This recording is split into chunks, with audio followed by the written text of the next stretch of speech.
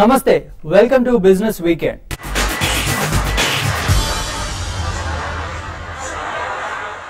ఐటీకి care of address Hyderabad అని Telangana IT శాఖ మంత్రి కేటీఆర్ అన్నారు. ఐటీ పెట్టుబడులకు తొలి ప్రాధాన్య కేంద్రంగా హైదరాబాద్ ను తీర్చిదిద్దుతామని, గత ఏడాదితో పోలిస్తే ఈ ఏడాది ఎగుమతుల్లో వృద్ధిని ఆశిస్తున్నట్టు ఆయన చెప్పారు. ఏపీతో సమానంగా తెలంగాణలో పన్ను ప్రయోజనాలు కల్పిస్తామని కేటీఆర్ వెల్లడించారు. దేశంలోనే తొలిసారిగా హైదరాబాద్ ను హైఫై సిటీగా మార్చనున్నట్లు తెలంగాణ ఐటీ మంత్రి కేటీఆర్ వెల్లడించారు. హోటల్ తాజ్ కృష్ణలో ఐటీ కంపెనీ ప్రతినిధులతో కేటీఆర్ ముఖాముఖి కార్యక్రమం నిర్వహించారు. తెలంగాణలో సుస్థిర ప్రభుత్వం ఉంది కాబట్టి పెట్టుబడులు పెట్టేందుకు సంశయించొద్దని, కేంద్రంతో కలిసి గ్రామ స్థాయికి ఐటీ సేవలను తీసుకెళ్తామని కేటీఆర్ అన్నారు. భవిష్యత్తులో హైదరాబాద్ ను ఈ దేశంలో అదేవిధంగా ప్రపంచంలోనే ఇన్ఫర్మేషన్ టెక్నాలజీకి పర్యాయ పదంగా మార్చాలి అంటే ఏం చేయాలి అనే ఒక సమాలోచన సమావేశం, ఇది ఇంటరాక్టివ్ సెషన్. మరి ఈ సెషన్ లో చాలా విలువైన, చాలా నిర్మాణాత్మకమైన సూచనలు, సలహాలు కూడా వచ్చినాయి. వాటన్నింటినీ కూడా తప్పకుండా పరిగణలోకి తీసుకొని రాబోయే రోజుల్లో తెలంగాణ ప్రభుత్వం తన ఇన్ఫర్మేషన్ టెక్నాలజీ పాలసీని రూపొందిస్తుంది. మా వైపు నుంచి 25 రోజుల్లో చేపట్టిన కొన్ని కార్యక్రమాలను కూడా మరి హైదరాబాద్ లో ఉండే పరిశ్రమ పెద్దలకు, పరిశ్రమలోని భాగస్వామ్య సోదరులందరికీ కూడా వివరించడం జరిగింది. ఐటీ పెట్టుబడులకు తొలి ప్రాధాన్య కేంద్రంగా హైదరాబాద్ ను తీర్చిదిద్దుతామని, గతేడాదితో పోలిస్తే ఈ ఏడాది ఎగుమతుల్లో వృద్ధిని ఆశిస్తున్నట్లు చెప్పారు. ఏపీతో సమానంగా తెలంగాణలో పన్ను ప్రయోజనాలు కల్పిస్తామని కేటీఆర్ వెల్లడించారు. ట్యాక్స్ కన్సెషన్ విషయంలో ఒక స్పష్టత ఇప్పటికే ఉంది. ఆంధ్రప్రదేశ్ రీఆర్గనైజేషన్ యాక్ట్ లో 94th షెడ్యూల్లో 94వ షెడ్యూల్లో చాలా స్పష్టంగా చెప్పారు. ఆంధ్రప్రదేశ్ కు ఏ ట్యాక్స్ రాయితీలు అయితే వర్తిస్తాయో తెలంగాణకు కూడా అవే ట్యాక్స్ రాయితీలు వర్తిస్తాయని చెప్పారు. కాబట్టి ఈ విషయంలో మరింత సమాచారాన్ని కేంద్ర ప్రభుత్వం నుంచి మేము ఆల్రెడీ రావాలి అని చెప్పి వారిని కోరడం కూడా జరిగింది. తొందరలో ఆ స్పష్టత కూడా వస్తుందన్న విశ్వాసం ఉంది. తప్పకుండా నాకు విశ్వాసం ఉంది. హైదరాబాద్ కున్న అడ్వాంటేజెస్, హైదరాబాద్ కున్న అనుకూల అంశాలు ఈ దేశంలో ఏ నగరానికి కూడా లేవు. కాబట్టి హైదరాబాద్ అదేవిధంగా తెలంగాణ రాబోయే రోజుల్లో ఇన్ఫర్మేషన్ టెక్నాలజీకి పర్యాయ పదంగా మారుతుందనే విశ్వాసం నాకు. ఐటీ అభివృద్ధి కోసం నిత్యం అనేక మందితో సంప్రదింపులు జరుపుతున్నామని కేటీఆర్ అన్నారు. హైదరాబాద్ ను ఇంక్యుబేషన్ హబ్ గా వైఫై ఫ్రీ సిటీగా మారుస్తామని, నగరంలో త్వరలోనే 4G సర్వీసులు అందుబాటులోకి రానున్నట్లు మంత్రి వెల్లడించారు. వచ్చే ఏడేళ్లలో రీటైల్ రంగం 5 రెట్లు వృద్ధి చెందనున్నట్లు rare enterprises partner Rakesh Jhunjhunwala అన్నారు. భారతీయుల్లో అత్యధికులకు ఆదాయ స్థాయిలు పెరిగినందున ఈ ఏడాది రీటైల్, ఎఫ్ఎంసీజీ రంగాలకు చక్కటి ఏడాది కానుందని ఆయన చెప్పారు. దేశ ఆర్థిక వృద్ధికి రిటైల్, ఎఫ్ఎంసీజీ రంగాలు చాలా కీలకమని ఇన్వెస్ట్మెంట్ గురు రాకేష్ జంజన్వాలా చెప్పారు. గత కొంతకాలంగా షేర్ మార్కెట్లో ఈ రంగాలు చక్కని పనితీరును కనబరుస్తున్నాయని, నిలకడగా 2 అంకెల వృద్ధిని సాధిస్తున్నాయని తెలిపారు. వచ్చే 5 నుంచి 7 ఏళ్లలో రిటైల్ రంగం $40 బిలియన్ నుంచి $200 బిలియన్ వృద్ధి చెందే అవకాశం ఉందని జంజన్వాలా అంటున్నారు. Now when I come to retail, I think the opportunity is unbelievable. I mean, I don't know, $500 billion is the retail market in India, and organized is what, 8%? Yeah. So if that, I just calculate like this, that 500 will be 1 trillion, and we investors always calculate this, and 8 will go to 20. So say 500 8 is 40 billion, and 20 in 1 trillion will be 200 billion.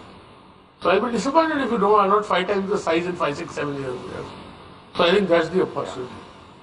It's unbelievable. Then I feel that, but the problem is that the gestation periods are long. Any retailer to become profitable, the courtship periods are really long. ఆహారం, కిరాణా మొదలుకొని పాదరక్షలు, ఇతర జీవనశైలి ఉత్పాదనల వరకు retail రంగంలో అన్ని కూడా share market లో చక్కని పనితీరును కనబరుస్తున్నాయని జంజన్వాలా చెప్పారు. The vegetables are there, the masala is there, the oil is there, the gas is there, the vessels are there. You only know you wanted somebody who could cook, who is the catalyst. And as I look at India, you know what is India? India is chaos. Growth in history has never come out of order, it has come only out of chaos. America was and is still chaos. Right? And if you look at it, we have all the ingredients of growth, whether it is the skills that people want, the demographics, the natural resources, the demography which ensures slow but long-term growth. గత దశాబ్ది కాలంగా భారతీయ FMCG రంగం నిలకడగా 11% వార్షిక వృద్ధి రేటును సాధిస్తోంది. వినియోగదారుల demand పెరుగుతోన్న కారణంగానే ఈ రెండంకెల వృద్ధి సాధ్యపడుతోందని, గత 5 ఏళ్లలో ఈ రంగం వృద్ధి రేటు 17% చేరుకుంటుందని జంఝన్వాలా తెలిపారు. జపాన్ కు చెందిన కార్ల ఉత్పత్తి సంస్థ హోండా కార్స్ ఇండియా దేశీయ మార్కెట్ పై ప్రత్యేక దృష్టి సారించింది. భారత్ లో కార్లకు పెరుగుతున్న డిమాండ్ ను దృష్టిలో పెట్టుకుని 2016-17 నాటికి 3 లక్షల యూనిట్లను విక్రయించాలనే లక్ష్యంతో ఉన్నట్టు కంపెనీ ప్రకటించింది. 7 కూర్చోవడానికి వీలుండే మధ్యస్థాయి సెగ్మెంట్ కు చెందిన మొబిలియో వాహనాన్ని వచ్చే నెలలో దేశీయ మార్కెట్లోకి విడుదల చేయనున్నట్లు Honda cars India senior vice president Gyaneshwar Sen తెలిపారు. Honda Mobilio will have all the things which people look for in a Honda car, which is durability, quality, reliability. In addition to this, because of our advanced engines, the ID.Tech diesel engine and the iVTech petrol engine, we believe that it will also give the best mileage in the MPV segment. So we are very excited about the Honda Mobilio, and we look forward to launching it next month. Event technology solutions ను అందజేస్తున్న meraevents.com Omics international అనే సంస్థ నుంచి 6 కోట్ల రూపాయల నిధులను సమీకరించింది. ఈ మేరకు తమ కంపెనీలో వాటాను ఓమిక్స్ పొందనుందని, అంతేకాకుండా ఈవెంట్ టెక్నాలజీ సొల్యూషన్లను తమ సర్వీసుల్లో వినియోగించుకుంటుందని మేరా ఈవెంట్స్ ప్రకటించింది. ఓమిక్స్ నుంచి పొందిన నిధులను మేరా ఈవెంట్స్ విస్తరణ, మార్కెటింగ్, కస్టమర్ సర్వీసుల కోసం వినియోగిస్తామని, గత ఆర్థిక సంవత్సరంలో 10,000 ఈవెంట్స్ కు టెక్నాలజీ సొల్యూషన్లను అందించామని మేరా ఈవెంట్స్ సీఈఓ చెన్నప్పనాయుడు తెలిపారు. ఈ ప్రొడక్ట్స్ కింద స్కోప్ ఏంటంటే, ఇది ఈవెంట్ ఇండస్ట్రీ అనేది ఒక 5,000 crores టికెటింగ్ బిజినెస్.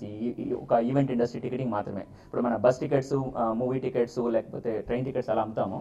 ఒక ఈవెంట్ టికెట్స్ కూడా ఒక 5,000 crore బిజినెస్ మార్కెట్లో ఉంది. మేము లాస్ట్ ఇయర్ ఒక 6 crores టికెట్స్ సేల్ చేశాము.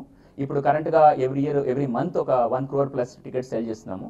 ఇది వీఆర్ యాంటిసిపేటింగ్, ఇది వెళ్ళి మనం 1 crore నుంచి మేము నెక్స్ట్ 4 years లో 10 crores per month వెళ్ళడానికి అవకాశం ఉంది. నెక్స్ట్ రాబోయే 3 to 4 years లో. మాడ్యులర్ కిచెన్స్ లో అగ్రగామి అయిన German company C group Hyderabad లోని బంజారా హిల్స్ రోడ్ నెంబర్ 12 లో గల సీటింగ్ వరల్డ్ తో ఒప్పందం కుదుర్చుకుంది. 5,000 చదరపు అడుగుల విస్తీర్ణంలో రూపుదిద్దుకున్న ఈ ఫ్రాంచైజీలో ఎకానమీ, ప్రీమియర్, టాప్ లెవెల్స్ వంటి 3 శ్రేణుల్లో రకరకాల కిచెన్స్ ను సి గ్రూప్ అందిస్తోందని కంపెనీ ఎండి అలెక్స్ తెలిపారు.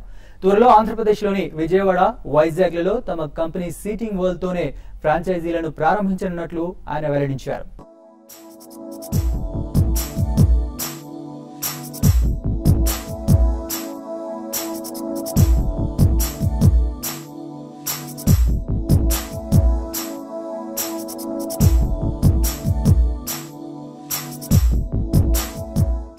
German luxury car company Mercedes Benz A class, B class regular మోడళ్లకు సరికొత్త ఫీచర్లు అద్ది ఎడిషన్ 1 పేరిట 2 సరికొత్త మోడళ్లను హైదరాబాద్ మార్కెట్లోకి ప్రవేశపెట్టింది.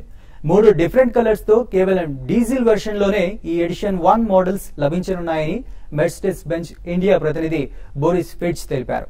రివర్స్ కెమెరా, సన్ రూఫ్ వంటి ఫీచర్స్ తో అందంగా రూపుదిద్దుకున్న ఈ 2 కార్ల Hyderabad ex showroom price A class edition 1 28,40,000 రూపాయలు కాగా, బి క్లాస్ ఎడిషన్ 1 31 లక్షల రూపాయలుగా నిర్ణయించారు.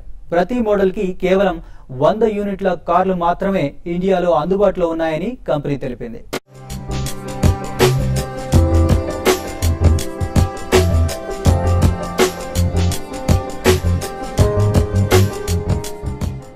With the A and the B class, we at Mercedes-Benz India, together with our dealer partners, targeted a complete new group of customers. They're young at heart, dynamic, lead an active lifestyle, they're professionals, and many of those were buying luxury cars for the very first time here in India. We have seen the brand Mercedes-Benz growing steadily in this market, and customers have shown a keen interest in these two products. Business Weekend లో ఇప్పుడు short break తీసుకుందాం.